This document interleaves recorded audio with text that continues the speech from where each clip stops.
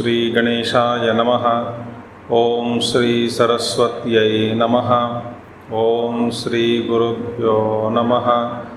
ओम समस्तजनकल्याणे निरतं करुणामयं नमामि चिन्मयं देवं सद्गुरुं ब्रह्मविद्वरं सद्गुरुं ब्रह्मविद्वरम्।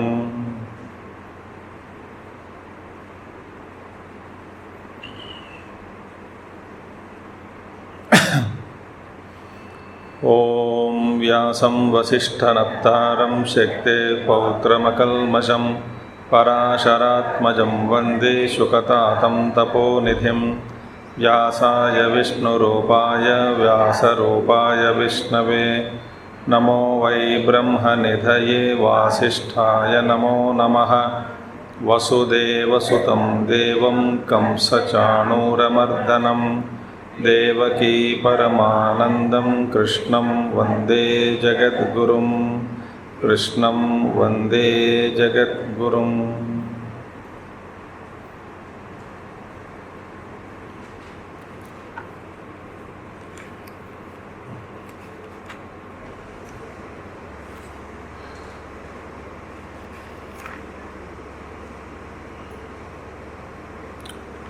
चलो पूरा पढ़ लेते हैं एक बार आज पहला श्लोक से।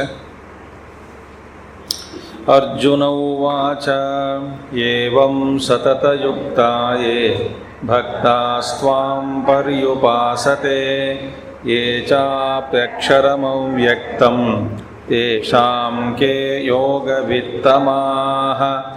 श्रीभगवानुवाच मय्यावेश्य मनो ये मां नित्ययुक्ता उपासते श्रद्धया परयोपेताः ते मे युक्ततमा मताः।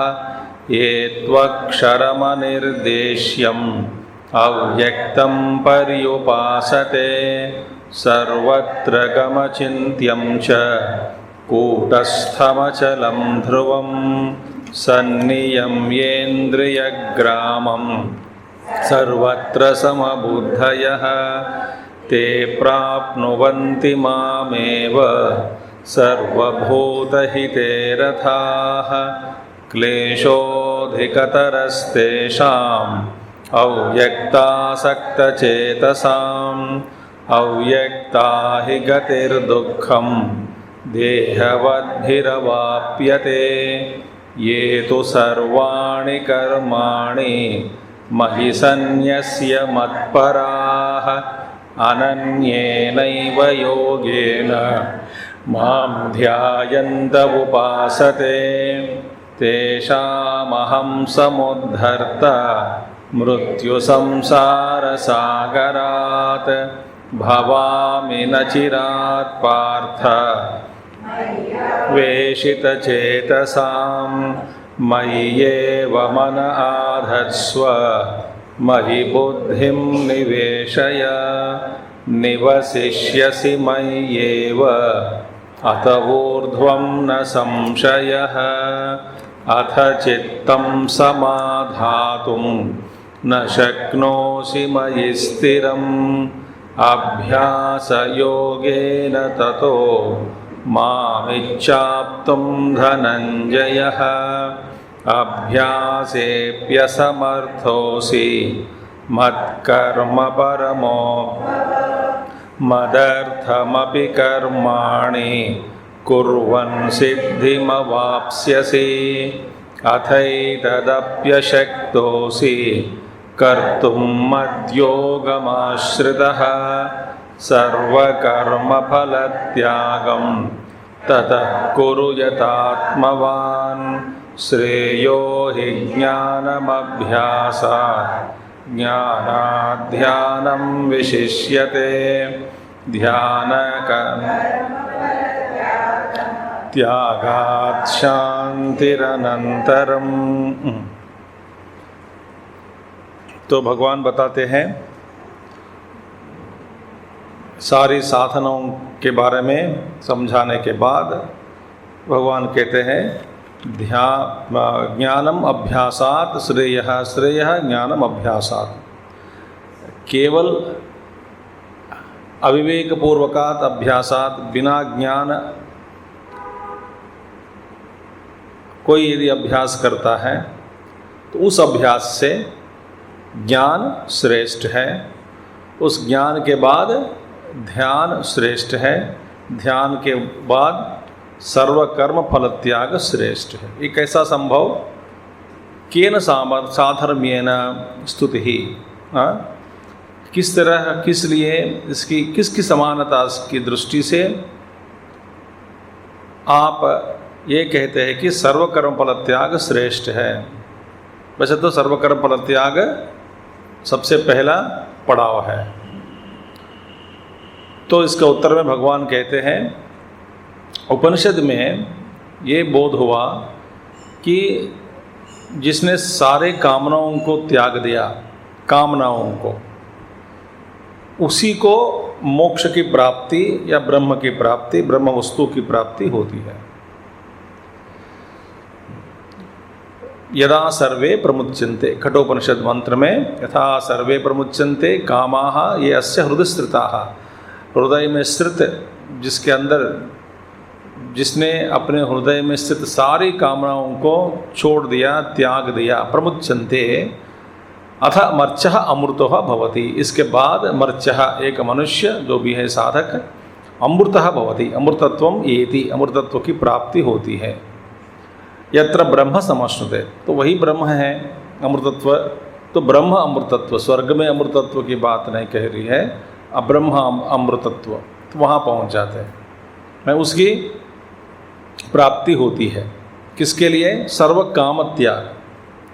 सो सर्व काम त्याग ये है सर्वश्रेष्ठ उत्कृष्ट स्थिति, जिसने अपने अंतःकरण से सारे कामनाओं को, वासनाओं को त्याग दिया, खाली कर दिया अपने आप को। और त्याग सामान्यात, माने जो सर्वकर्म फल त्याग है, तो इनमें भी कुछ ना कुछ त्याग रहा है, माने ये भी कुछ त्याग रहा है। सर्व काम त्याग में ज्ञानी सभी कामनाओं को त्याग दिया। ये साधक कैसे किया? कर्मयोगी पहले शुरुआत अपने कर्म फलों को, सारे कर्म फलों को त्याग दिया। तो दोनों में त्याग की समानता के कारण कर्म सर्व कर्म फल त्याग की स्तुति की गई है। ये बात ऐसी बात नहीं है कि सर्व कर्म फल त्याग ध्यान से श्रेष्ठ है, नहीं, बट तारीफ अर्थवाद है। क्यों? इसीलिए कि अर्जुन के लिए यही बेहतरीन साधना है अभी इस वक्त। और इसके उदाहरण में भगवान आचार्य शंकराचार्य जी ने कहते हैं, एक अगस्त्य ब्राह्मण रहा, ब्राह्मण थे अगस्त्य ऋषि, उन्होंने सारा समुद्र को पी लिया। तो एक ब्राह्मण समुद्र को पिया, अगस्त्य ऋषि, तो ब्राह्मणत्व की समानता से सभी ब्राह्मणों की तारीफ किया जा रहा है। कैसे किया जाता है कि ये भी ब्राह्मण हैं, इन्हीं के वंश वो ब्राह्मण थे, अगस्त्य ब्राह्मण, उन्होंने समुद्र को पी लिया। तो उसने ब्राह्मणत्व समानता की दृष्टि से वर्तमान ब्राह्मणों को भी तारीफ कर सकते हैं, करते हैं। तो यही तारीफ है। वास्तव में यह ब्राह्मण जो है साधारण सरल ब्राह्मण, और अगस्त्य ऋषि वो ब्राह्मण, बट आसमान और जमीन में फर्क है, इतना फर्क उतना फर्क है। तो इस दृष्टि से तो भगवान कहते हैं, एवं कर्म फल त्यागात कर्मयोगस्य श्रेयः साधनत्वम अभिहितम। तो ये क्या है? कर्मयोग की श्रेष्ठता किसमें है? क्योंकि ये भी कुछ ना कुछ छोड़ने का अभ्यास कर रहे हैं, छोड़ने का, त्यागने का अभ्यास कर रहे हैं। क्या छोड़ रहे हैं, क्या त्याग रहे हैं? कर्म फलों को। केवल अभ्यास तो संस्कार तो पड़ गया। सो सर्व कर्म फल त्याग न्यूनतम साधन माने अच्छे नीचे है, और उत्कृष्ट साधन सर्व काम त्याग। ठीक है। अत्र च आत्म ईश्वर भेदम आश्रित्य विश्वरूपे ईश्वरे चेतस समाधान लक्षण योग उक्तः ईश्वरार्थम कर्म अनुष्ठानादि च, कर्म अनुष्ठानादि च। अभी तक भगवान आचार्य शंकराचार्य जी अब कह रहे हैं, अत्र च आत्म ईश्वर भेदम आश्रित्य, सभी साधनों का आश्रय क्या है? ईश्वर और जीव अलग है, तो भेदभाव से अक्षर उपासना के अलावा बाकी सभी साधनाओं में कुछ ना कुछ भेदभाव है। क्योंकि मैं अलग हूँ, ईश्वर अलग है, मैं ईश्वर की आराधना कर रहा हूँ, एक दिन मुझे ईश्वर की प्राप्ति होगी। यह है आत्मा ईश्वर भेदम आश्रित्य। इसका आधार क्या है? सभी साधनों का, माने द्वैत में सभी साधनों का आधार क्या है? भेद दृष्टि। ईश्वर अलग है और मैं अलग हूँ। इसीलिए इस भेद दृष्टि से ही विश्वरूप उपासना, क्योंकि जो अक्षर उपासना नहीं कर सकते, अक्षर उपासना माने ईश्वर और मुझ में कोई फर्क या भेद नहीं है, सोहम भावेन पूजयेत, सोहम सोहम साधना, तो वो उत्कृष्ट साधना एक ज्ञान निष्ठा, एक ज्ञानवान सन्यासी के लिए ये लागू है। सन्यासी माने जिसने छोड़ दिया, त्याग दिया कामनाओं को, उन्हीं के लिए ये संभव है ये साधना। तो बाकी विश्वरूप से तो दूसरा पड़ाव क्या है उतरने में? पहला सबसे श्रेष्ठ साधन वहाँ पे बताए गए कौन से साधन? अक्षर उपासना। ये नहीं संभव तो भगवान एक सीढ़ी उतरते हैं, क्या है? विश्वरूप साधना। वो भी नहीं हो पाता, एकस्मिन आलंबनम, एक प्रतीक ले लो, प्रतीक उपासना। चांदोग्य उपनिषद में हम देख रहे हैं प्रतीक उपासना, एक प्रतीक रखो और उसी की आराधना करे, और वो भी न संभव नहीं है तो भगवान कहते हैं कि मेरे लिए कर्म करो, भगवत कर्म करो। हाँ, ऐसे ऐसे भाग कर कर्मों में भाग लो, स्वार्थ नहीं, निस्वार्थ की संघ सेवा, लोक सेवा, या तो ये क्योंकि मंदिर में या आश्रम में या तो देश के लिए सेवा करे, अपना माने अपना भाव और अहंकार को छोड़कर और किसी के लिए कर्म करना, माने ईश्वर के लिए ही कर्म करना, ये भगवान के लिए कर्म करना, ये तीसरा पड़ाव हो गया। मन तीसरा, चौथा है, पहला छोड़ दिया तो द्वैत में विश्वरूप उपासना, यानी तो एक आलम्बन प्रतीक उपासना, ये भी संभव नहीं है। भगवान कहते हैं मेरे लिए कर्म करो, ये भी संभव नहीं है। फिर आगे भगवान क्या कहते हैं? सर्व कर्म फल त्याग, कम से कम फलों को त्याग दो, कामनाओं को रखो। मुझ में सारे कामनाएं हैं तो कोई बात नहीं, इच्छाएं बहुत है, कोई बात नहीं घबराहट की बात नहीं। तो क्या करें? भगवान कहते हैं कम से कम ये तो जानो कि सारे जो कर्म फल मिलते हैं तो इन कर्म फलों को ईश्वर प्रसाद के रूप में स्वीकार करो। घमंड मत करो कि मैंने मेहनत किया, मैंने इसको प्राप्त किया, मेरे मेहनत का फल है, मेरे मेहनत की कमाई। ऐसे लोग बोलते हैं ना, मेरे मेहनत की कमाई और मेरे मेहनत का फल है ये, मैंने बड़े मुश्किल से कोशिश करके इसको मैंने प्राप्त किया। इस तरह क्या जो हम बोलते रहते हैं, भावनाओं को छोड़कर ईश्वर प्रसाद के रूप में स्वीकार करके भोग लो, और भोगते समय अन्य लोगों के लिए भी कुछ ना कुछ दान दक्षिणा के रूप में देकर बाकी लोगों को भी से बांट कर खा लो। ये इतना तो करो बस काम, बाकी बांटे या ना बांटे, कम से कम ईश्वर प्रसाद है ऐसा समझकर पहला फलों को भोगना, फलों को स्वीकार करना, ये पहला अभ्यास करो। बाद में बांटने की बात बाद में आएगी, ठीक है? ये सर्वकर्म फल त्याग। पर इसकी स्तुति तो इसीलिए भगवान कहते इन सब का आश्रय क्या है? ईश्वरे चेतस समाधान लक्षणो योग। इस योग का लक्षण क्या है? योग का लक्षण ही है अपना चित्त को ईश्वर में समर्पित करके या ईश्वर में समाधान करना, ईश्वर में स्थापित करना। यही इस लक्षण, योग का लक्षण यही बन गया। इस योग का लक्षण क्या है?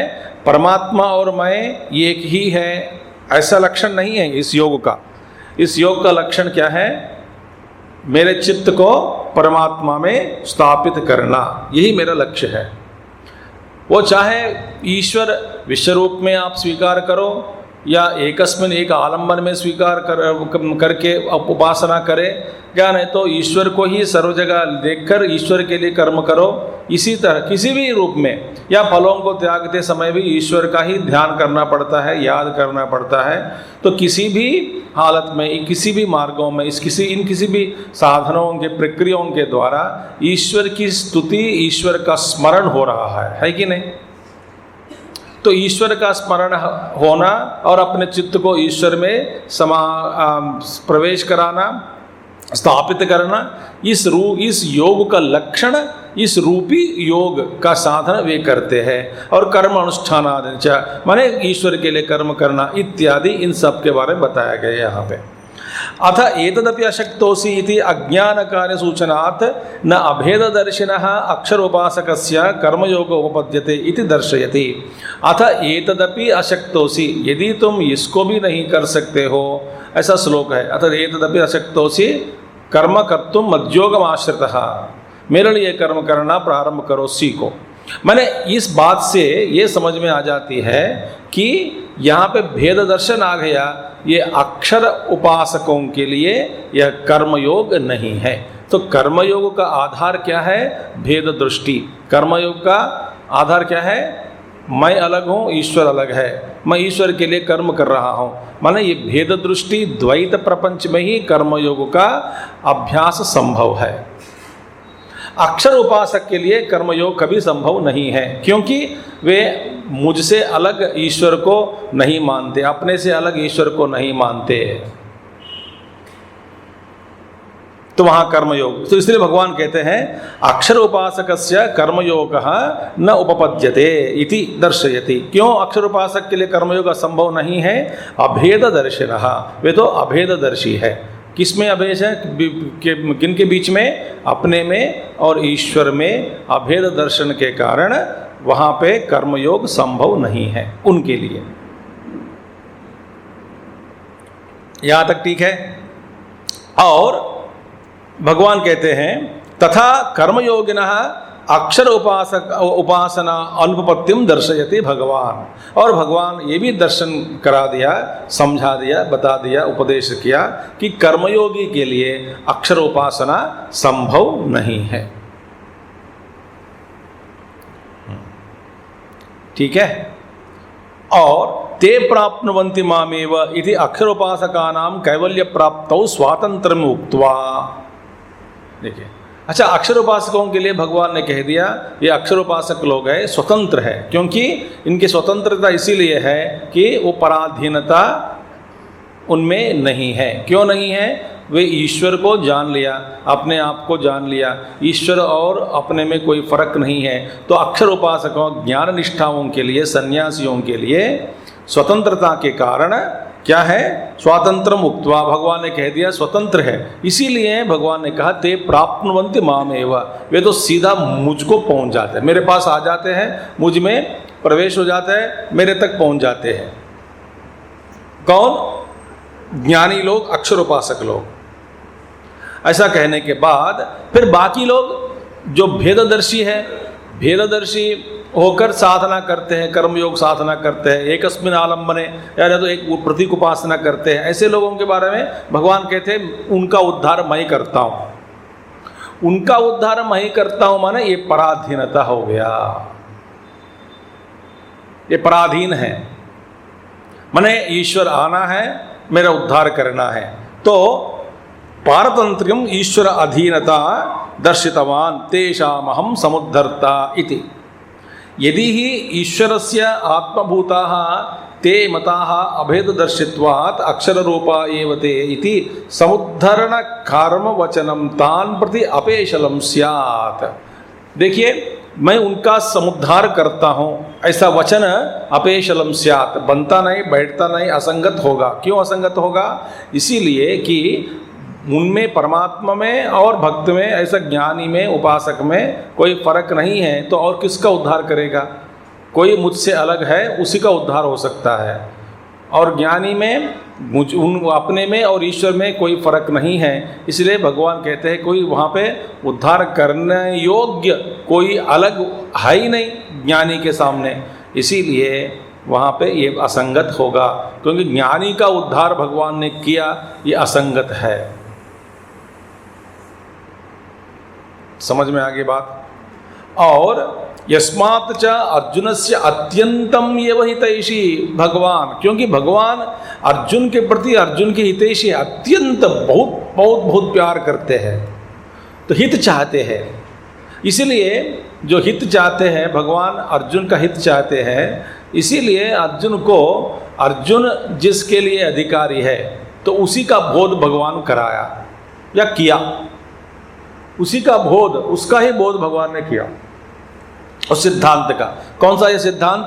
कर्मयोग का ही उपदेश किया, क्योंकि अर्जुन हितैषी है तो हित चाहने वालों को, जैसे कि एक ज्वर आ गया घर पे किसी को, ज्वर आने के कारण तो जो पचन कारण, पचन में तो आसानी से पचन हो सकता है, जो पचन योग्य, तो वैसा ही उसी तरह का आहार उसको खिलाया जाता है कि नहीं, जो उसको पत्यम बोलते, पत्यम है जो पचन योग्य, खाने योग्य जो है वस्तु उसी को दी जाती है, क्योंकि हितैषी है। हम चाहते हैं उसका स्वास्थ्य के लिए ये बच्चा ठीक हो जाए, इसलिए इसके लिए कुछ भी अभी नहीं, पूरी आलू सब्जी दाल नहीं चलेगा, इसके लिए यही है, दूध है या बार्ली है या ब्रेड है, बस ऐसे खिचड़ी खिलाएंगे, हल्का पानी जैसा पिला के बना के खिचड़ी पिलाएंगे, खिलाएंगे नहीं पिलाएंगे, तो हितैषी है, हम उसका हित चाहते हैं, इसलिए साधारण बिल्कुल खाना खिलाया जाता है उनको। हाँ, मैं इसका हित चाहता हूँ, बहुत प्रेम करता हूँ, इसीलिए आलू समोसा खिला दिया, नहीं। बच्चा मांग रहा है, खिला दिया, नहीं, वो हितैषी नहीं है। सो हित चाहने वाला क्या है? जो दूसरे, जो जिसका हित चाहता है उसकी जो स्थिति है, मानसिक स्थिति, कायिक स्थिति, उसके ऊपर आधारित होकर ही हम उनके प्रति व्यवहार करते हैं, है ना।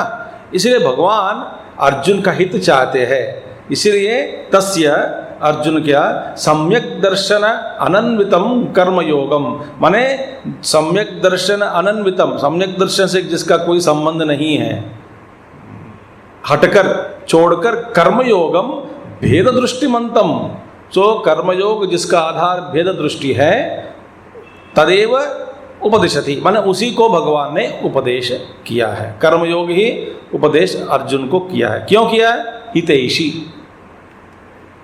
हितैषी इसका मतलब ये नहीं है मैं आपका हित चाहता हूँ इसलिए मैं आपको अत्यंत गूढ़ रहस्य योग प्रक्रिया या ना तो योग साधना मैं आपको समझा देता हूँ करके एक अनधिकारी को बिठाकर उत्कृष्ट ज्ञान सिखा दिया, बात गड़बड़ हो जाएगी। ये नहीं करना चाहिए। तो हम जहाँ तक हम सुन सकते हैं, किस विषय को हम समझ सकते हैं, उसी विषय को गुरु हमको बोध करते हैं। इसे ज़्यादा बेहतरीन उत्कृष्ट या न तो निगूढ़ रहस्य वाले जो विद्या है वो कभी हमको सिखाते नहीं। क्यों? हम इसके लिए अधिकारी नहीं हैं। इस वक्त अधिकारी बनो भविष्य में तो ईश्वर हमको सारे चीज़, ईश्वर में अंदर जो इसके अंदर जो कुछ भी है सब कुछ बता देते हैं। यह है नियम। तो न च आत्मानं ईश्वरं प्रमाणतो बुद्ध्वा कस्यचित् गुणभावं जिगमिषति कश्चित् विरोधात्। वास्तव में अपने आप को ईश्वरम आत्मानं ईश्वरं प्रमाणतः बुद्ध्वा, भैया अपने आप को ईश्वर का ही रूप अनुभव से जिसने सिद्ध किया, प्रमाणतः बुद्ध्वा माने जानकर, माने अनुभव करके, प्रमाण पूर्वक, प्रमाण उनसे अनुभव करने के बाद कैसे जान लिया कि मैं वास्तव में ईश्वर का ही रूप है, मुझ में और ईश्वर में कोई फर्क नहीं है। ऐसी बुद्धि का ज्ञान केवल बुद्धि का ज्ञान नहीं है, प्रमाणतः बुद्ध्वा माने प्रमाण पूर्वक ज्ञान से जानकर माने अनुभव करके, बुद्ध्वा कस्यचित गुणभावम जगमिषति, कोई और दूसरे का गुणभाव माने किसी का गुलाम बनना, किसी का सेवक बनना, ये कभी संभव नहीं है, क्योंकि अन्य करके कोई चीज ही नहीं है। मैं ईश्वर का गुलाम बनूं, ईश्वर का सेवक बनता हूं, वो ईश्वर कौन है? जो हमसे अलग है, नहीं है, तो मैं किसका सेवक बनूं? और मुझसे कोई है ही नहीं अलग, और मैं किसका सेवक बनूं? तो ये संभव नहीं है। ठीक है, तो द्वैत में संभव है। तो साधारण भक्ति में, ज्ञानोत्तरा भक्ति नहीं, साधारण भक्ति में ये द्वैत भाव जारी है। इसलिए भक्त कह सकते हैं प्रभु मुझे उद्धार करो, मेरे ऊपर उठाओ, मेरे को यहाँ से मैं संसार में पड़ गया हूँ, आप जल्दी आ जाओ, आप भी आना, इनको भी लेके आना करके गाना गाते हैं। तो भगवान कहते कहाँ आना है कहाँ जाना है, मैं सर्वव्यापक हूँ। तो ऐसा ज्ञानी भक्त कभी भजन नहीं करता। मेरे उद्धार करो, नहीं, ये अपने आप में टसाटस भरा हुआ शुद्ध चैतन्य रूपी अपने आप बैठ गया, बस स्थिर हो गया। अब आप भी आना, राधा जी को भी लाना, माने आप अलग है, राधा जी अलग है, देश काल परम से अलग अलग अलग अलग हो गया वहां। इसलिए द्रौपदी की जो प्रार्थना में जब तक वो द्वारकावासी, वो परमात्मा, वो ये पुकारे तो भगवान नहीं आया, तो अंतर्यामी वो प्रकट हो गए वहां पे। हे भगवान मेरे हृदय देव, हृदय में स्थित परमात्मा मेरी रक्षा करे, फटक तुरंत वहां पे प्रकट हो गया। तो जैसा ज्ञान वैसा ही हमारा प्रार्थना होती है। ये जान लेना, तो शुद्ध ज्ञानी कभी मंदिर सब ये कल्पना करे, गुरुदेव कभी कभी जाते हैं मंदिरों में, जाते हैं मंदिरों की स्थापना भी किया है, प्रतिष्ठा भी किए हैं, तो जाके क्या प्रार्थना करते होंगे कुछ पता नहीं। तो अपने आप को जान लिया किससे कौन से क्या प्रार्थना करें, क्या मांगे, ये है स्थिति। इसीलिए कस्यचित गुणभावम जिगमिषति, ठीक है। तस्मात् देयरफॉर अक्षर उपासकानाम सम्यक दर्शन निष्ठानाम, ये देखिए ये सम्यक दर्शन ज्ञान निष्ठानाम, सम्यक दर्शन माने ज्ञानी हुए, ज्ञानी। तो सम्यक दर्शन निष्ठानाम माने सम्यक दर्शन कैसा प्राप्त हुआ, अक्षर उपासका, अक्षर उपासना के द्वारा ही प्राप्त हुआ। भेददर्शी जिस साधना का आधार भेद दृष्टि है, उसमें क्या होगा, ये अनुभव नहीं होता। हमारे साधना का आधार क्या है, भेद दृष्टि।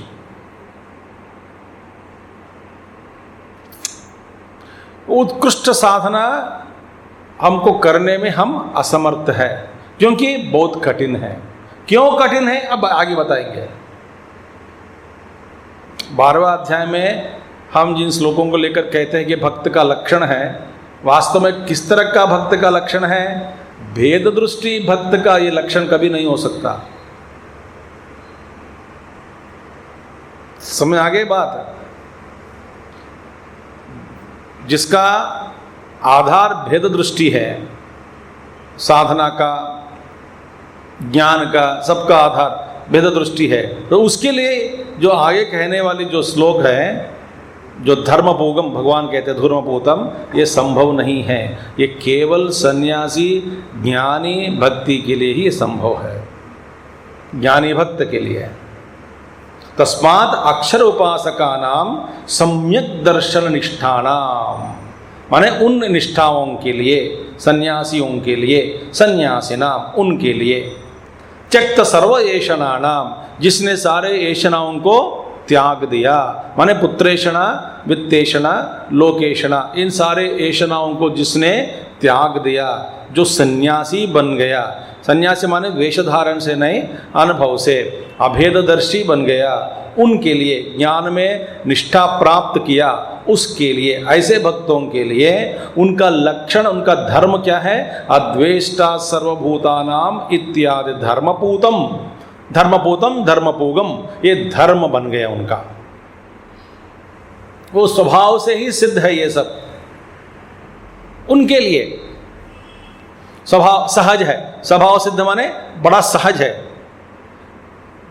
इस सहज से ही वो अद्वेष्टा सर्वभूता नाम।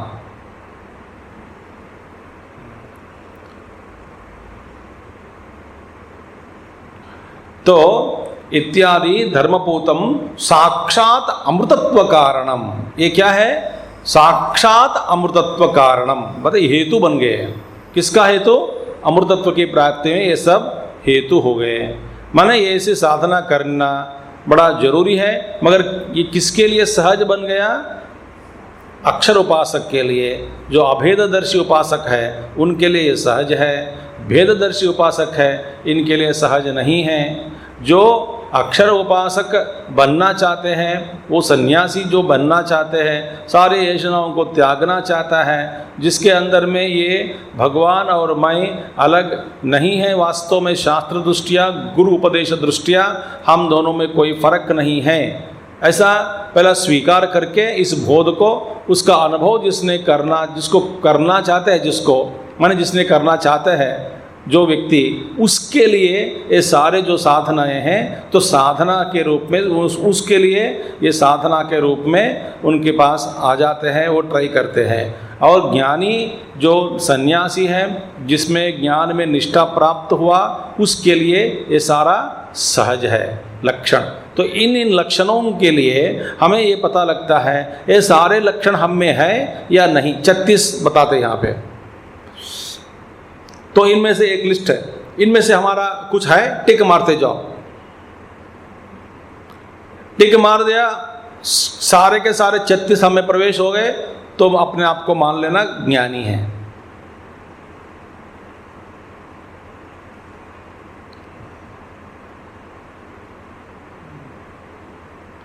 नहीं तो ये हमारे लिए लक्ष्य बन गया। लक्ष्य कभी ना कभी मेरा व्यवहार, आचार, विचार,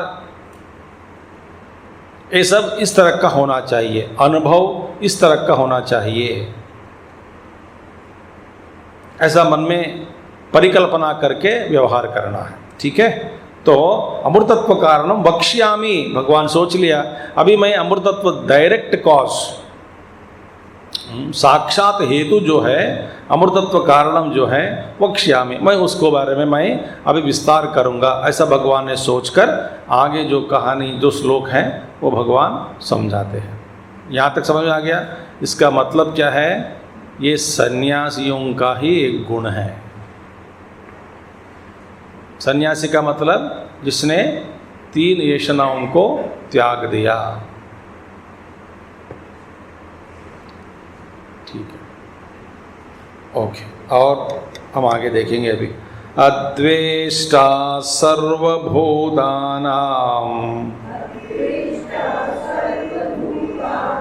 मैत्रः करुण एव च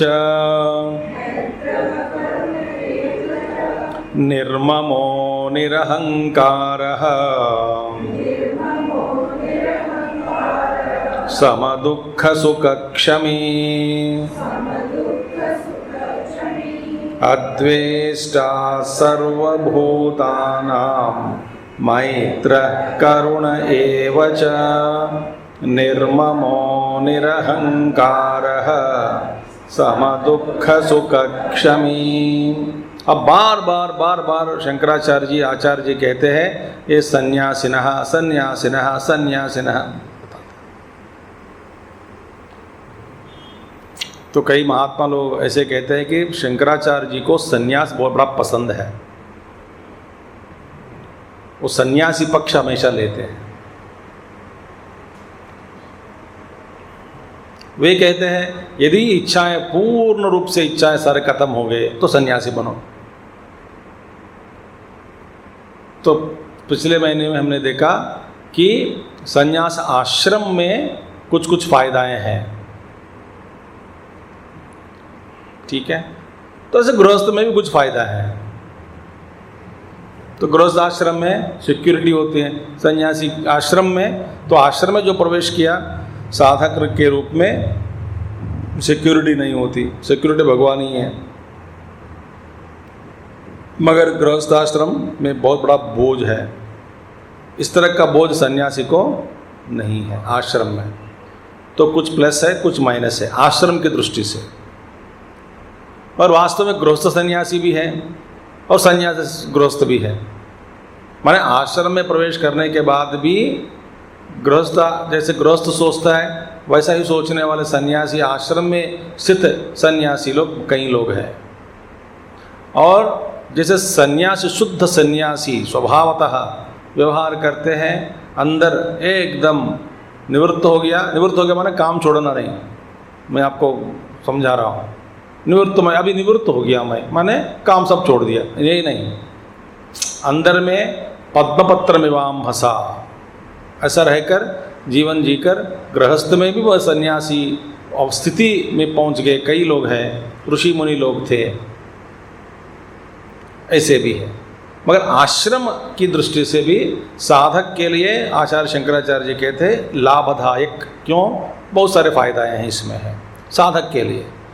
ठीक है, और अब भगवान कहते हैं पहला गुण क्या है, धर्म क्या है? अद्वेष्टा सर्वभूतानाम। इसका मतलब क्या है? न द्वेष्टा, माने किसी के साथ किसी का द्वेष नहीं करता।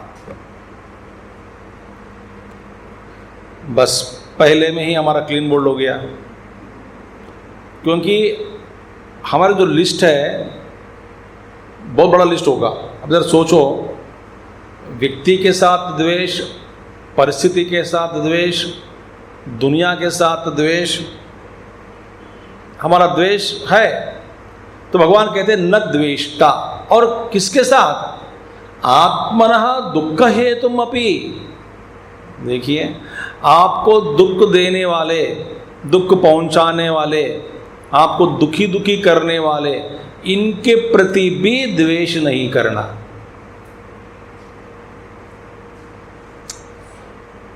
तो अनजान व्यक्ति हैं, मैं उनका द्वेष मैं नहीं करता हूं, इसमें क्या फायदा? मैंने क्या लो, इसमें क्या बड़ी बात है? तो जानते ही नहीं आप उनको। बात समझ में आ गया आपको? जो व्यक्ति आपको बड़ा सताते हैं, लगातार सताने वाले, बहू हो या बीवी हो या बच्चे हो या पति हो या माताजी हो या ससुर हो, कोई भी हो, सास हो,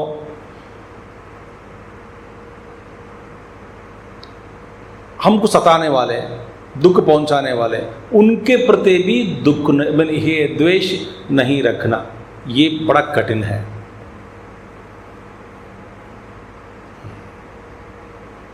कठिन है कि नहीं?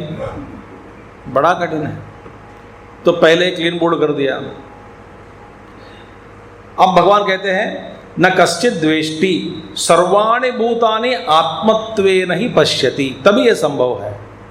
सभी प्राणियों को मेरा ही स्वरूप है, सभी मेरा ही स्वरूप है, ऐसा अनुभव से जो देख सकता है बाकी सभी प्राणियों को, ये सारे प्राणी जितने भी हैं ये मेरा ही, मैं ही इन रूप इन सब के रूप में हूँ, माने ये मेरा ही रूप है। आत्मत्वेन, सभी को अपने आप को सब में देखते हैं, सबको मुझ में देखना, उनमें देखना, तो अपने में देखना। तो सबको अपने में देखते हैं और अपने को सब में देखते हैं अनुभव से। जब ये इस दृष्टि को अभ्यास करने वाला जो ज्ञान निष्ठा में प्रवर्तक जो है, प्रवृत्त हुआ एक साधक जो है, उसका गुण अलग है। उस प्रयत्न पूर्वक इस ज्ञान में बैठना चाहते हैं, ठीक है। उस साधक में ये सहज नहीं है एक गुण, मगर जिसको ये अनुभव हो गया कि मेरा ही सब कुछ है, मैं ही इन सभी रूपों में हूँ, तब किसी भी प्राणी के प्रति द्वेष नहीं करता। जैसा अपने आप के प्रति आप द्वेष कभी नहीं करते। रखते क्या द्वेष? नहीं रखते। क्यों नहीं रखते? क्यों मैं ही हूँ। अपना शरीर देखिए, बदबू आ रहा होगा अपने से, बीमार के कारण सभी लोग दूर दूर से ही बात कर रहे हैं, कोई नज़दीक नहीं आता। इस अवस्था में भी आप अपने शरीर से द्वेष नहीं रखते। क्यों नहीं रखते हैं? मैं आपको एक उदाहरण दिया था, तो कुछ ये उदाहरण सुनने में अच्छा नहीं लगता, बता तो दिया आपको। एक महात्मा जी अपने प्रवचन में ये तो बात कही है। उन्हें कहा जब तक मल शरीर के अंदर जो पेट पे भरा हुआ जो जमा हुआ मल, उसको त्यागने से पहले और जिस मल के साथ मैं अद्वैत का अनुभव मैं कर रहा हूँ वो मुझ में ही है, उसके प्रति द्वेष नहीं है। मल कहाँ है? अंदर ही है। तो पेट के अंदर मल जम गया, मगर द्वेष नहीं रखते। हेट आप, यू डोंट हेट। अब एक बार त्यागने के बाद मल त्याग और दुर्गंध आ रहा है, उसको देखकर आप द्वेष करते हैं। माने बाहर निकलने से पहले द्वेष नहीं था, बाहर आने के बाद द्वेष हुआ। माने जो चीज़ जो कुछ भी है ये मुझ में समा गया। मैं जिन जिन वस्तुओं के साथ मैं एक एक का अनुभव मैं करता हूँ उन सब के प्रति द्वेष नहीं है, चाहे वो जितना भी गंदा हो, बुरा हो।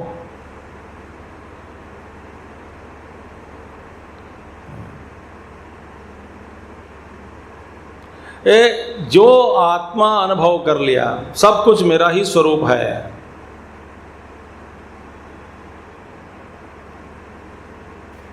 ऐसा अनुभव सिद्ध व्यक्ति को, सिद्ध पुरुष को द्वेष कभी नहीं होता। सर्वभूतानां न द्वेष्टि। देखिए, आत्मत्वे नहीं पश्यति, क्योंकि सबको अपने आप को सब में देखते हैं। माने द्वेष द्वैत में ही संभव है, अद्वैत में संभव नहीं है। उपनिषद क्या कहते हैं? तैत्तिरीय उपनिषद, किंचिद अंतरम कुरुते अत तत्र भयम भवति। इतना भी अंतर देखा मुझ में और किसी में, जहाँ अंतर है, भेद है, वहाँ भय है।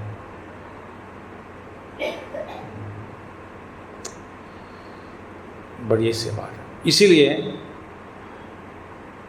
ठीक है, बाद में भी बहुत कुछ चीज़ ऐसे बोलते रहेंगे तो कुछ चलता रहेगा।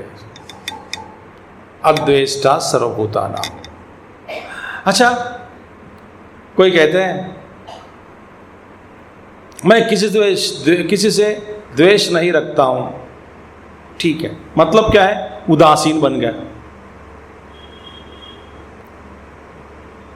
उदासीन नहीं, हिंदी में उदासीन। हिंदी में उदासीन क्या है? उदास, मिलता नहीं, घुलता नहीं, बात करता नहीं। I don't hate anybody but I don't love anybody.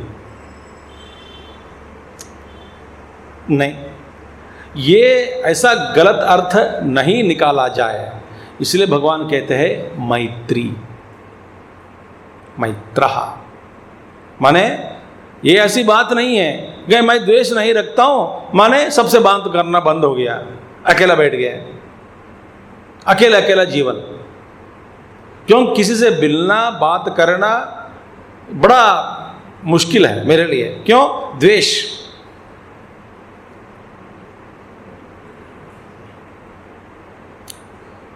किसी के समक्ष में मेरा चित्त जो है उद्वेग हो जाता है, द्वेष करता हूं। सो द्वेष मत करो, इसका मतलब उदास बनो नहीं। इसे भगवान कहते हैं मैत्रः। तो मित्रता जो है वो जारी है, इसमें कोई लोप नहीं है। देखिए, तो मित्र, सबके लिए मित्र बनना है और किसी को द्वेष नहीं करना। बात समझ में आ रही है आपको?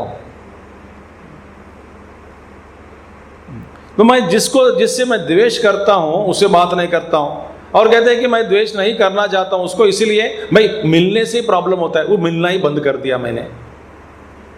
तो मिलके बात करो। नहीं, मैं बहू के शक्ल देखते ही मेरे को बहु क्रोध आ जाता है,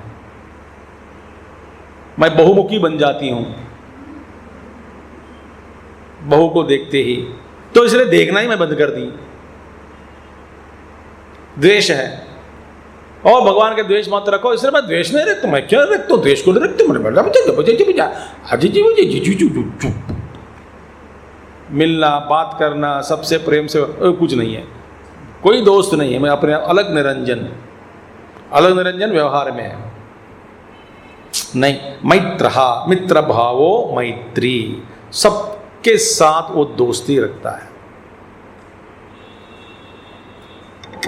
द्वेष नहीं रखता, दोस्ती है सबके साथ। मित्रतया वर्तते इति मैत्रः, सबके साथ प्रेम पूर्वक मित्र भाव से व्यवहार करता है।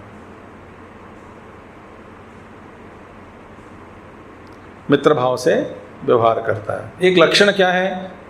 मित्र भाव से व्यवहार करता है माने सभी लोग इनसे बात करने में कोई उनकी आपत्ति नहीं लगती, वो कोई इसमें कुछ आपत्ति को नहीं देखते, संकट को नहीं देखते, सब लोग बड़े आसान से प्रेम से आपके पास आ जाते हैं, अपना भाव प्रकट कर सकते हैं, व्यक्त कर सकते हैं, किसी आगे वो कहेंगे, बहुत सारे लक्षण हैं। तो ये है मैत्र भाव। तो द्वेष मत रखो, नहीं रखता इसका मतलब उदास नहीं है, मगर क्या है, सबसे मित्रता रखता है। ठीक है, मित्रता। अच्छा, तीसरा क्या है? अद्वेष्टा सर्वभूतानां, पहला वा। दूसरा क्या है? मैत्रः। तीसरा करुणा, करुणा एवच, करुणा कृपा, कृपा माने दया, दया करुणा। दुखितेषु दया तद्वान करुणः। दुखितेषु, कई लोग हैं, सब लोग दुख में हैं, सबको कुछ ना कुछ दुख पीछे पड़ गया। मैं ये सारे झंझटों से मुक्त हूं, ऐसा कोई कह सकता है क्या? बताओ अभी इस वक्त, हाँ, सारे झंझटों से मुक्त हूं? नहीं, कुछ ना कुछ प्रॉब्लम, कुछ भी नहीं तो मेरे चप्पल रहेगा कि नहीं, ये भी प्रॉब्लम होता है, जूता रहेगा कि नहीं बाद में, सत्संग के बाद। सारे दुखों से दूर नहीं, हमेशा कुछ ना कुछ लटका हुआ होता है उस सिर पे।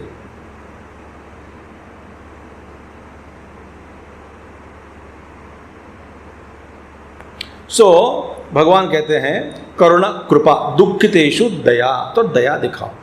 दया दिखाओ माने कर्मणा, केवल वाचा नहीं, बस बातों में दिखा दिए प्रेम, ये बात नहीं बनती। नहीं, भूख लग रही है तुमको, हाँ एक काम करो, 1 घंटा कहीं काम करके पैसा कमा के खा जाओ, ठीक है, जाओ बेटा जाओ जाओ। ये दया नहीं होती है, ये दया नहीं।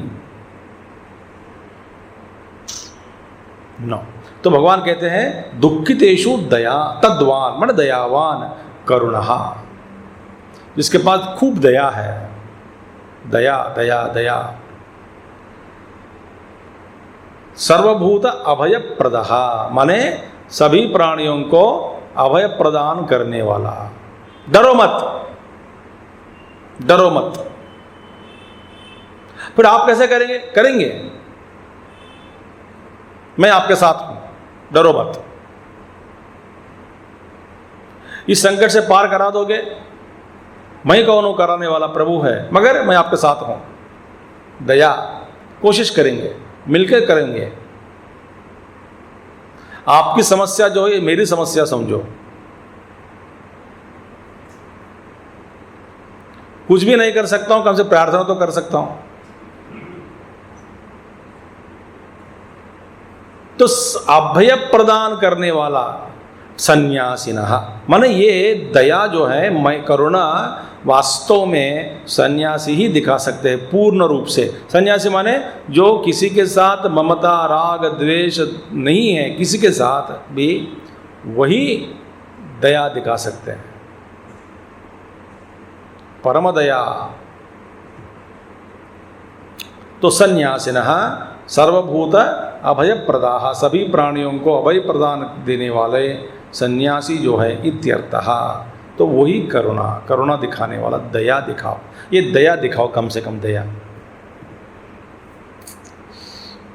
तो कहाँ से, किससे शुरू करना? आप जिस व्यक्ति से संतुष्ट नहीं है घर पे, उन्हीं के साथ शुरू कीजिए दया।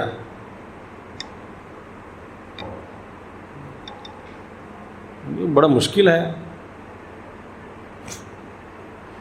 बड़ा मुश्किल है ये। मैं शक्ल ही देखना नहीं चाहता हूँ, उसके प्रति दया दिखानी है? अरे पागल है, नहीं दिखाना है दया।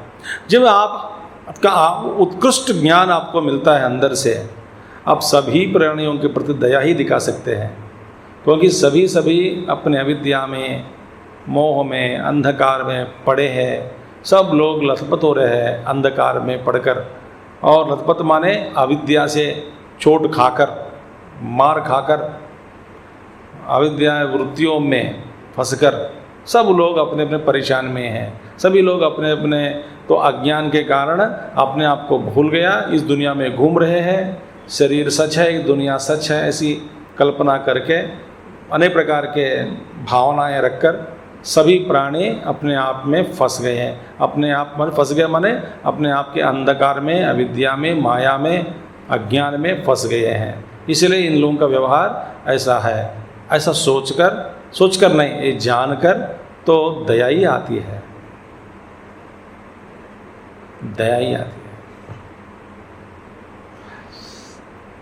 एकदम एक इन सारे जो बादलों को हटाया जाए, अज्ञान बादल, सारे बादल हटा दिया। ज्योतिष स्वरूप परमात्मा का ही स्वरूप है, जीवो ब्रह्म ही व ना परहा। वो फिर स्वयं संतुष्ट है, फिर अपने आप को सोचता है कि मैंने ये सब किया क्या, मैं तो, मेरा वास्तविक स्वरूप ये है। उनको ज्ञान मिल गया तो बड़ा ज्ञानी है, नहीं मिला तो अज्ञानी है। अज्ञान में पढ़ने के कारण ही हम सबका व्यवहार ऐसा है। तो ये जान लिया ज्ञानी साधक भी जान लिया, तो इस सावधानी से व्यवहार करता है। ज्ञानी जो अनुभव सिद्ध ज्ञानी को तो वो तो पहुंच गया ऊपर, अपने आप को ही सब में देखते हैं अनुभव से, वो सन्यासी है। वो तो सहज भाव से दया बाहर आ जाती है। वो दया के कारण ही महात्मा लोग सेवा करते हैं, दया के कारण ही मेहनत उठाते हैं, कष्ट उठाते हैं। किसके लिए? दुनिया के लिए, लोगों के लिए। दया के कारण ही वे बोध करते हैं, दया के कारण ही सब कुछ त्याग कर लोगों के पीछे, लोगों की सेवा में लगे रहते हैं। क्या कारण है? दया। दया। सर्वभूत अभयप्रदः सन्यासी इत्यर्थः। ठीक है। दूसरा क्या है? Next one, निर्ममः। निर्ममः, देखिए हिंदी में ममता जो है ना वो अच्छी है। हिंदी में ममता माने अच्छी है। ममता माने प्रेम रखो, ममता रखो। ये हिंदी में नहीं। निर्ममः माने जिसके ममता बिल्कुल नहीं है, जिसके अंदर में ममता नहीं है माने प्रेम नहीं है, ऐसी बात नहीं है यहाँ पे। ये संस्कृत निर्ममः, ममत्व बुद्धि। देखिए, मम प्रत्यय वर्जितः। मम प्रत्यय वर्जितः माने ये सब मेरे है, ये वस्तु मेरा है, ये सब मेरे है, ऐसी बुद्धि उसको कहते हैं ममत्व बुद्धि। वास्तव में क्या है? कुछ भी मेरा नहीं है। ये मेरे बेटे है, मेरी बेटी, मेरी बेटी, मेरे बेटे, मेरा घर, मेरी पत्नी, मेरा पति, मेरी कीर्ति है, कीर्ति के साथ ममता, वस्तुओं के साथ ममता। ये मेरी गिलास है।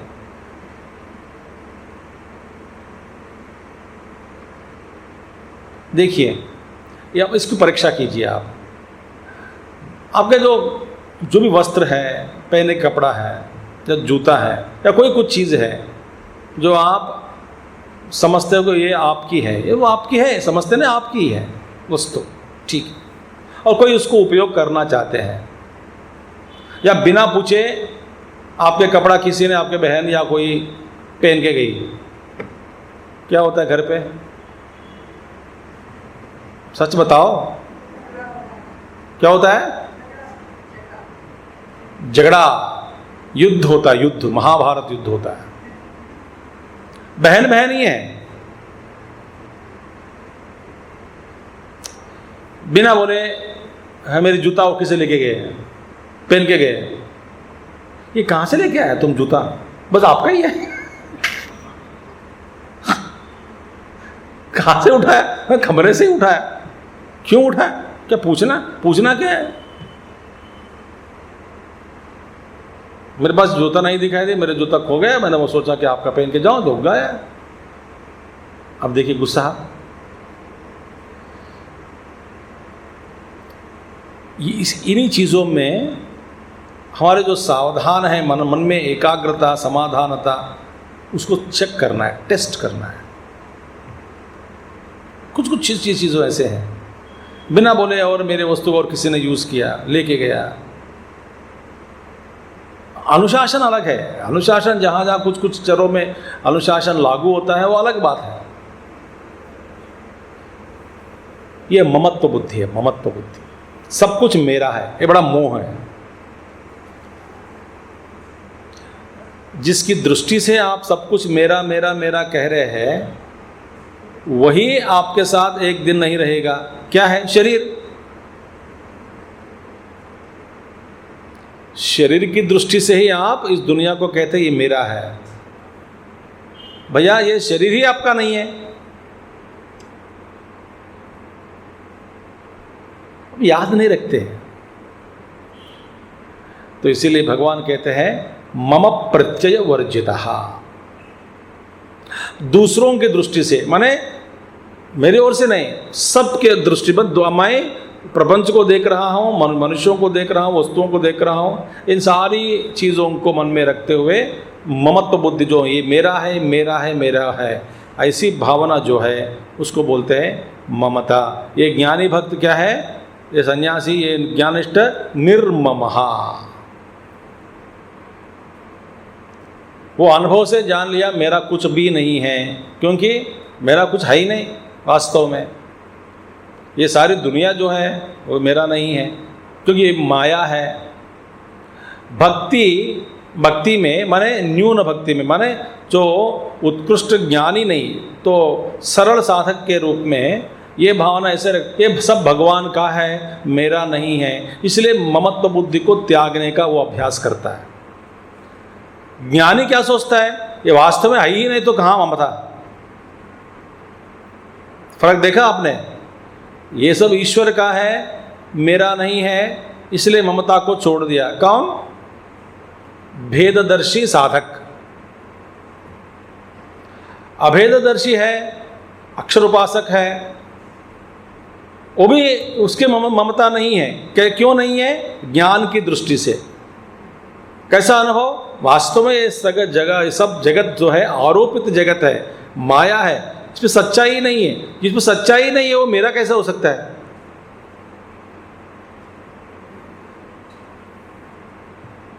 ये उत्कृष्ट दृष्टि है। जो भेददृष्टि साधक है वह कहते हैं कि ईश्वर का है, मेरा नहीं है, ईश्वर ने दिया है, ईश्वर ने ले लेगा। ये सब एक दृष्टि है, साधक की दृष्टि से। फर्क पता लगे आपको?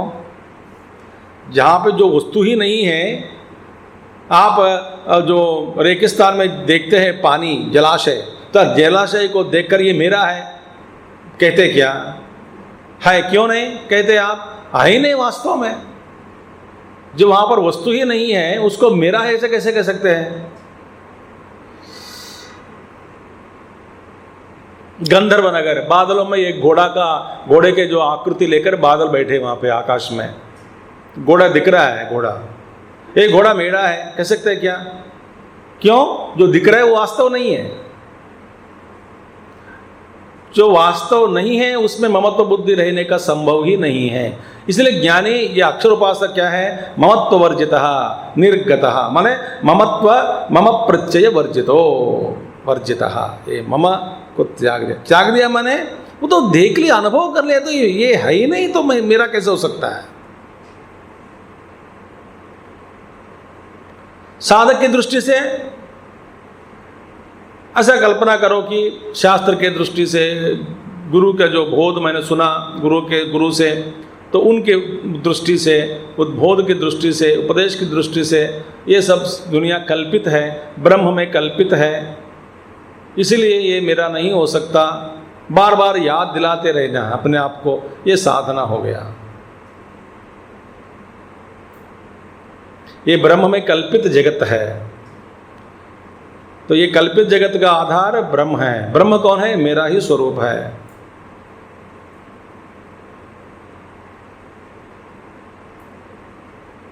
इसीलिए ममत्व को त्याग दिया। और इतना उत्कृष्ट साधन मेरे से नहीं होता, तो ठीक है, ये सब ईश्वर का है, ईश्वर की सृष्टि है, ईश्वर की संपत्ति है, ईश्वर ने मुझे दिया है। तो ईश्वर ने दिया है, जब दिया गया कुछ भी चीज़ ईश्वर ने दिया, कभी भी ईश्वर ले भी सकते हैं वापस। शरीर मुझे दिया गया, किसने दिया? ईश्वर ने दिया। इसका मतलब शरीर भी भगवान ने फिर वापस ले सकते हैं। जिसकी आदि है उसका अंत भी होता है, यह सिद्धांत है। इसलिए मेरा ममत्व को त्यागना है। मेरे बच्चे, मेरे पत्नी, मेरा घर, मेरी पति, ओ हो। और चिन्मय मिशन में ये मेरे स्वामी जी हैं, रहेंगे इधर, ये भी भरोसा नहीं, कभी भी ट्रांसफर हो सकता है। आपने देखा सुबह तो निकलान जी का हमने दिया है फेयरवेल, तो कभी हो सकता है ट्रांसफर। साथ में रहेंगे, सुनते रहेंगे, पता नहीं कब कौन जाएगा, ऊपर भी जा सकता है, दूसरे सेंटर भी जा सकता है। क्या भरोसा है? यही ममता है। और आचार्य को भी नहीं रखना चाहिए ममता, ये बड़ी सेंटर अच्छा है, यही रहेंगे। नहीं, हमेशा सुबह उठते ही मैं सोचता हूँ कि आज भी आ सकता है ट्रांसफर ऑर्डर। दो तरह के ट्रांसफर ऑर्डर, एक ऊपर जाने का शरीर छोड़कर, दूसरा क्या है, यहां से स्थान बदली।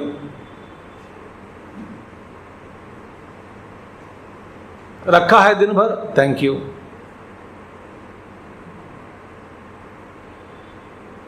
तो ये ब्रह्म में कल्पित है तो निर्ममः।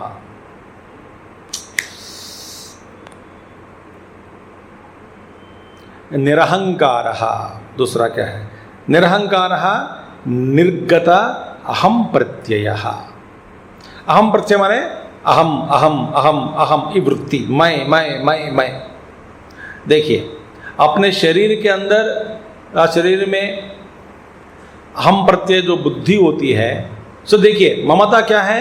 दूसरे वस्तुओं की दृष्टि से, दूसरे जो जगह है, जब लोग हैं उनकी दृष्टि से, दूसरों की दृष्टि से ममता नहीं है, अपनी दृष्टि से अहंकार नहीं है।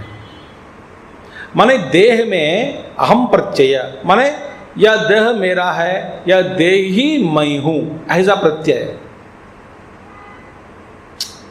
यह देह मेरा है, यह भी गलत है।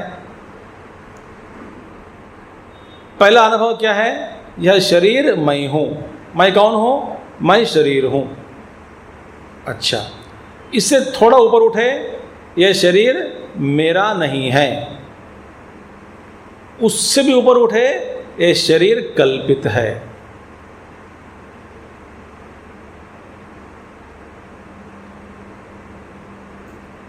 किसमें कल्पित है? मुझ में कल्पित है। शरीर में मैं नहीं हूं, शरीर मुझ में है, और शरीर मुझ में है ही नहीं, कल्पित है। जैसा रस्सी में सर्प कल्पित है, ब्रह्म में ये सारे जगत कल्पित है, मुझ में शरीर कल्पित है। ये उत्कृष्ट दृष्टि।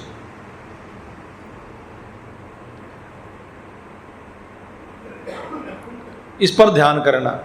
नहीं ये नहीं होगा तो ठीक है, ये शरीर मेरा नहीं है, ऐसा कम से कम ये करो। तो शरीर में अहंकार, निर्गता अहम प्रत्यय। इस शरीर में जो अपने अहम प्रत्यय बुद्धि जो होती है, शरीर की दृष्टि से अहंकार, मैं किया। कैसे किया? हाथों से किया। किसने दिया हाथ?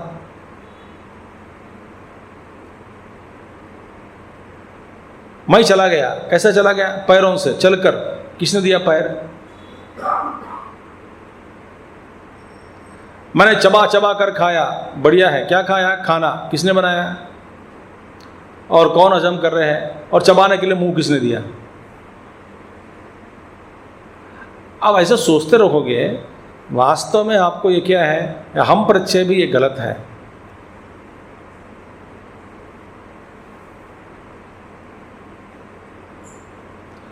मैं इधर सावधानी से बैठकर ध्यान करना।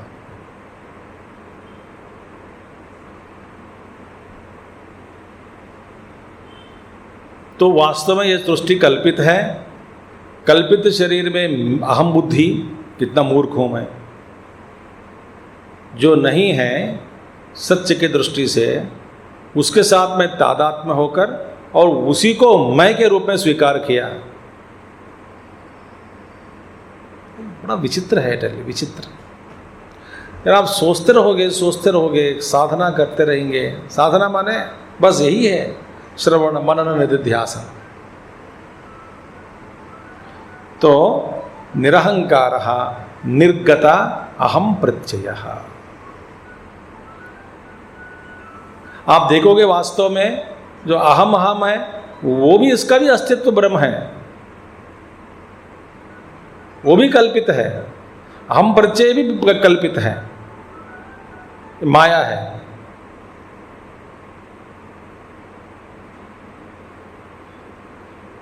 हम प्रत्यय।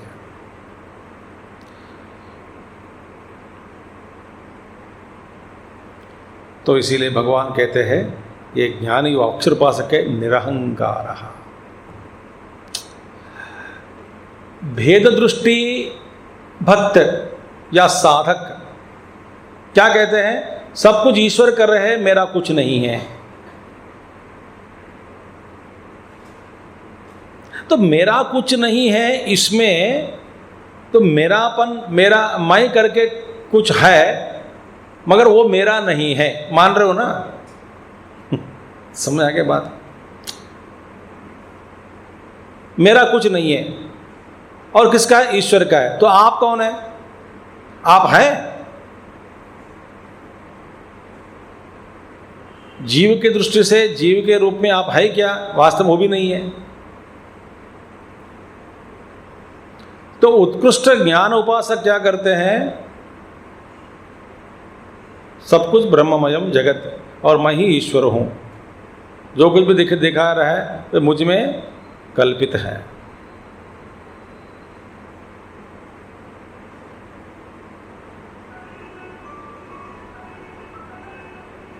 यही ध्यान है। अच्छा, तो अभी कितना देखा हमने? अद्वेष्टा सर्वभूतानां मैत्रः करुण एव च निर्ममः निरहंकारः। अब नेक्स्ट वन क्या है? आगे सम दुख सुखः। अच्छा, इसका भी अर्थ हम थोड़ा धीरे धीरे देखना है। देखिए, मैं सब कुछ जान लिया हूँ, कितने बार मैं पढ़ चुका हूँ 12वां अध्याय। इस भावना से मत बैठना इधर। मैं बहुत बार पढ़ चुका हूँ, बहुत बार प्रवचन सुन चुका हूँ, 12वां अध्याय में बहुत बार मैं पढ़ चुका हूँ व्याख्यान के साथ, मैं सब कुछ जानता हूँ, जानती हूँ। इस भावना से मत बैठना, क्योंकि जैसे हम आगे चलते रहेंगे इसका रस है अलग है। तो भगवान के भाष्य में बताएंगे, माने सम दुख सुख माने बस मेरे लिए सुख भी समान है, दुख भी एक है, सुख भी एक है। माने सुख सुख नहीं है, दुख दुख नहीं है, ये बकवास है। ऐसी बात नहीं है। लोग कहते हैं सम दुख सुख, माने सुख में सुख सुख नहीं है, सुख को सुख रूप में मत देखना, दुख को दुख के रूप में मत देखना। इसी का मतलब यही हुआ सम दुख सुख नहीं।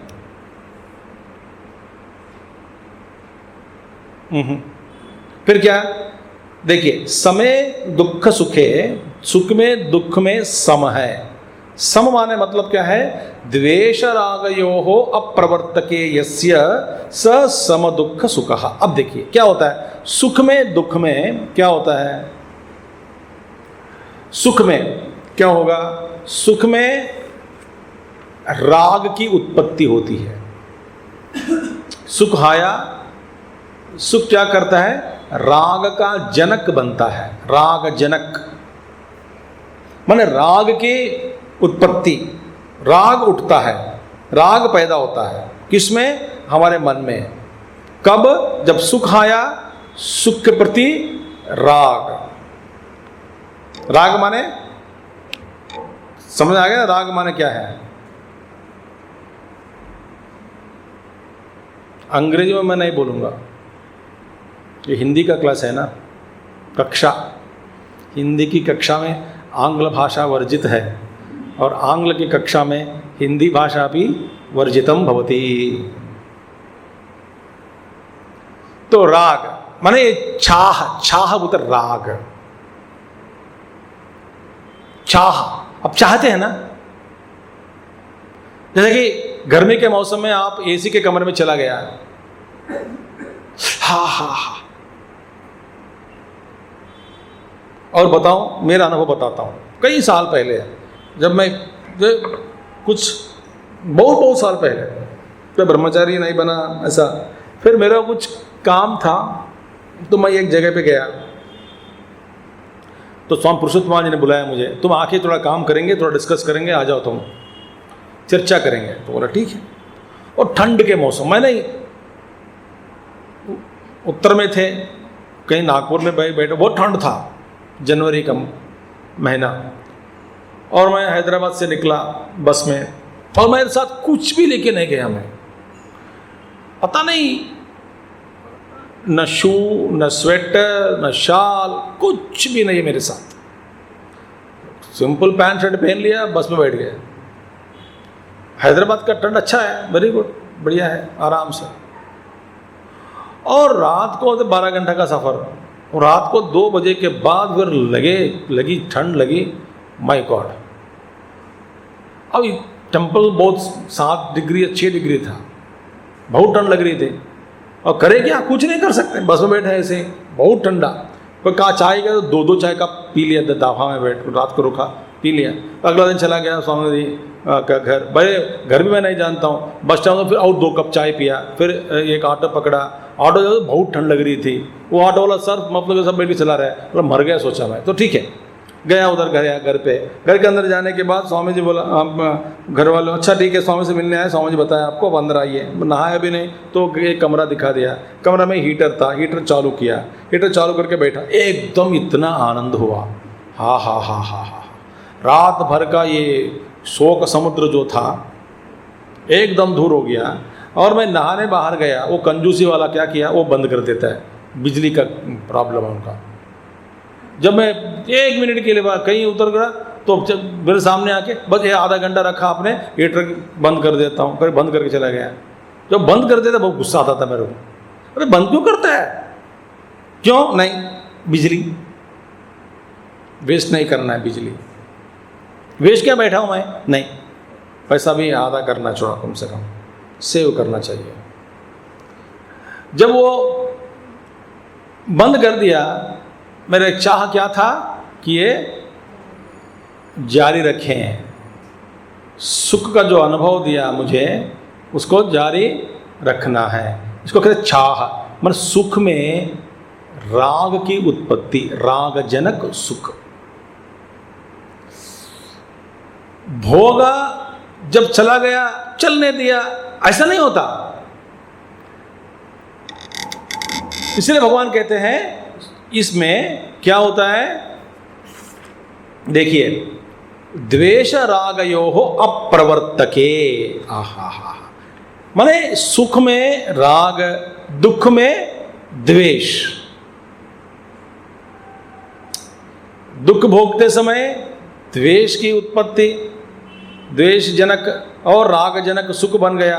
माने ये लगातार सुख दुख क्या है, अंदर राग और जनक मन द्वेष की उत्पत्ति हो रही है अंदर। और भगवान कहते हैं ये सुख राग प्रवर्तक नहीं होना चाहिए, दुख क्या होना चाहिए प्रवर्तक, द्वेष प्रवर्तक नहीं होना चाहिए, जिसके अंतःकरण में सुख भोगते समय राग का प्रवर्तक नहीं होता, माने राग के लहरें नहीं उठते, और दुख में द्वेष का लहर नहीं उठता, जिसका अंतःकरण शांत है सुख में दुख में भी, वही है सम दुख सुख।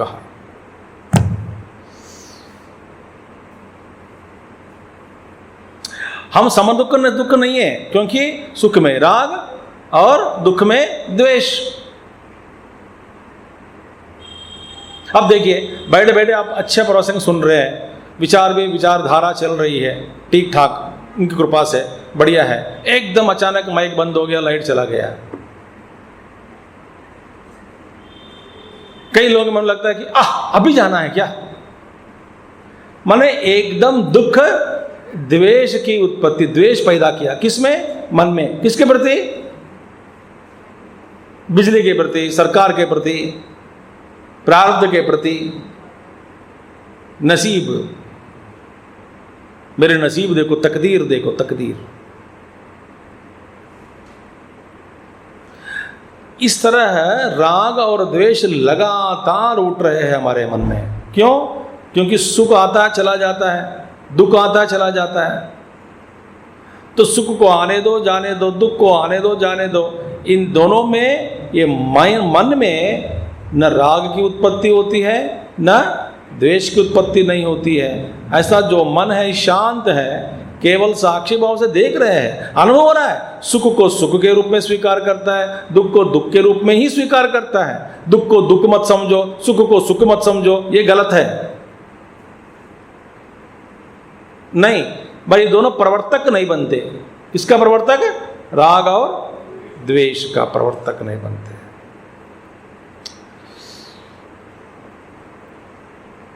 अब इसकी यही साधना है। तो भगवान कहते हैं ये है। सो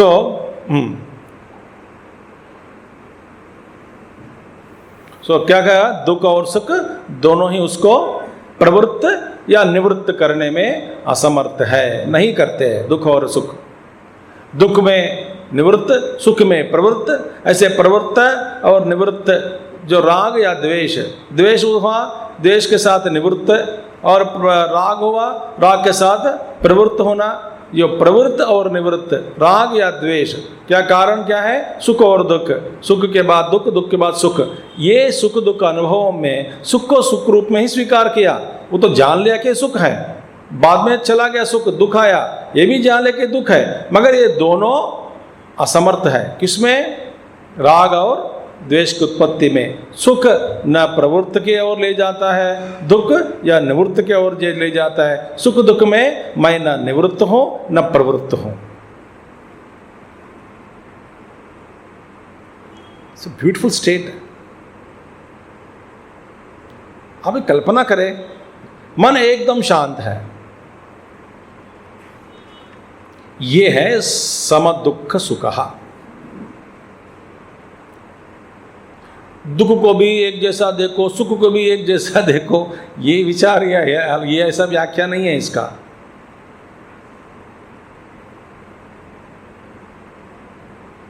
आप कहोगे माने सुख को सुख रूप में मत देखो, दुख को दुख के रूप में मत देखो। माने पत्थर है क्या? पत्थर नहीं है वो देखता है कि ये सुख है, मालूम हुआ ये सुख है, ठीक है। इंद्रिय सुख है, ठीक है, चला गया। द्वेष है मन में, एकदम निरंजन, माने निवृत्त है न प्रवृत्त है इन दोनों के प्रति। फिर न प्रवृत्त है न निवृत्त, फिर किसमें बैठा? अपने आप में स्थिर है, देखता है, अनुभव करता है। मन अनुभव करने में भी अनुभव का जो कर्तापन नहीं है, भोक्तापन नहीं है। ये है सम दुख सुख क्षमी। ठीक है, क्षमी, क्षमी माने क्षमावान, सबसे क्षमा कर देता है सबको। आकृष्टः माने क्रोध या गाली, खूब गाली देते उसको भी क्षमा कर दिया। क्षमा माने तो यह असमर्थता है क्या? नहीं। किसी ने गाली दे, थप्पड़ दो, ले खींच कर एकदम ऐसा। जब मैं नालायक नहीं हूं, मैं लायक हूं। मैं दे सकता हूँ, दे दनादन 4-5 है तो 10-11 क्या फर्क पड़े? नहीं, तो ये असमर्थता के नहीं बात नहीं हो रही है। कोई गाली दे रहे हैं तो उसको मन में क्षमा कर दिया, ऐसा क्यों किया, तो फिर द्वेष होना नहीं, मैं बदला लूंगा नहीं।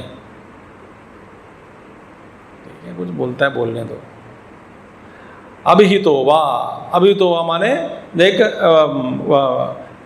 अभिहितो माने मेरे विरुद्ध कार्य करते हैं, मेरे विरुद्ध कार्य करने। अभिहितो वा अविक्रिया एव अस्ते, इन दोनों में अविक्रिया एव, विकार रहित रहते, मन में कोई विकार नहीं है। तो भगवान श्री कृष्ण अंदर, कृष्ण के अंदर क्या विकार होता है? भगवान ही भगवान है। जैसा व्यवहार करना है धर्म के अनुसार व्यवहार किया, मगर न द्वेष है न राग है, सबको क्षमा कर दी। इसीलिए जिन जिन राक्षस मारा गया भगवान के हाथों द्वारा, सबकी मुक्ति, सबकी मुक्ति माने शुद्ध बन गए, हो गए।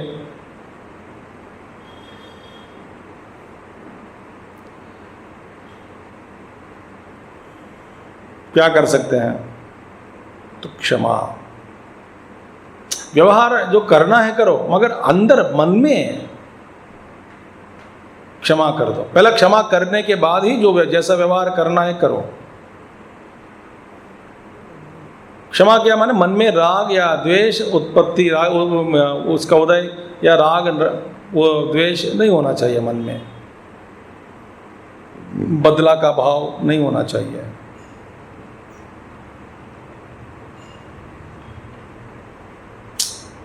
ये है, किसका लक्षण है? अक्षर उपासक का ये सहज स्वभाव या सहज धर्म है, सहज गुण है। हमारे लिए ये साधक बन गया, साधना बन गया। सॉरी, हम साधक हैं, साधक अवस्था में है।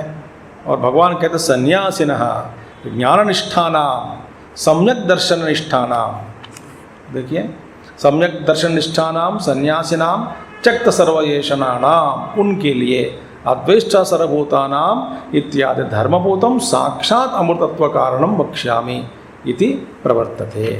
ऐसा करके सोचकर भगवान ने इस प्रसंग का उपदेश आरंभ किया। पहला श्लोक हमने देखा है और बाकी है कल देखेंगे। ओम पूर्णमदः पूर्णमिदं पूर्णात् पूर्णमुदच्यते पूर्णस्य पूर्णमादाय पूर्णमेवावशिष्यते। ओम शांति शांति शांति। हरि ओम श्री गुरुभ्यो नमः। हरि ओम सद्गुरुनाथ महाराज की जय। शुभ।